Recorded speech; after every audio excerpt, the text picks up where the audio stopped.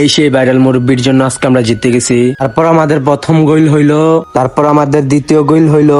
Hello Ibrahim, আসসালামু আলাইকুম, আশা করি সবাই ভালো আছেন। তো এখন হাসনাবাদ বিডিগান্ধী মাঠে চলে এসে পড়েছি। তো আজকে আমাদের খেলা পড়েছে কৃষ্ণপুর টিমের সাথে খেলা পড়েছে আজকে আমাদের। তো এখন প্লেয়াররা রেডি হইতেছে। তো আমরা 2 দিন আগে আমরা কোয়ার্টার ফাইনালে উঠছি। তো আজকে আমরা এই কোয়ার্টার ফাইনালটা খেলবো। আমাদের প্লেয়ার গুলো হালকা পাতলা প্র্যাকটিস করতেছে। তো এই দিক দিয়ে কৃষ্ণপুরের টিম নেমে গেছে। তো এখন খেলা শুরু হয়ে থাকে। তো আমরা প্লেয়ার বল পেয়ে গেছে পায়ের ভিতরে, কিন্তু অ্যাটাক হইছে কিন্তু গোল হয় নাই। তারপর আরেকটা অ্যাটাক হইছে কিন্তু গোল হয় নাই। তারপর আমাদের গোল হয়ে গেছে।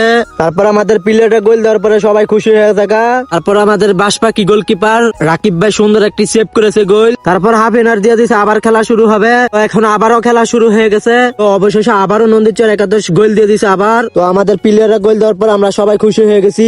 আবার গোল হওয়ার পর আবার খেলা শুরু হয়ে গেছে। আমাদের এই প্লেয়ারটা অনেক ভালো খেলেছে, মাহবুব ভাই। তো আলহামদুলিল্লাহ নন্দীচর একাদশ কোয়ার্টার ফাইনাল থেকে সেমিফাইনাল উঠতেছে।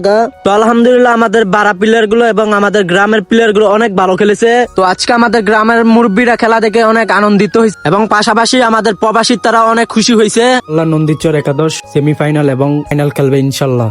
তো এখন আমাদের গোলকিপারকে man of the match offer দিতেছে। তো ইনশাল্লাহ আমাদের জন্য দোয়া করবেন, আমরা সেমিফাইনাল এবং ফাইনাল খেলতে পারি ইনশাল্লাহ। কিছুদিন পরে আমাদের সেমিফাইনাল হবে, সেমিফাইনালের ভিডিও হবে ইনশাল্লাহ। তো আজকের খেলাটা ভালো লাগলে এবং ভিডিওটা ভালো লাগলে লাইক, কমেন্ট, শেয়ার এবং ফলো করে সাবস্ক্রাইব করে পাশে থাকবেন। আল্লাহ হাফেজ।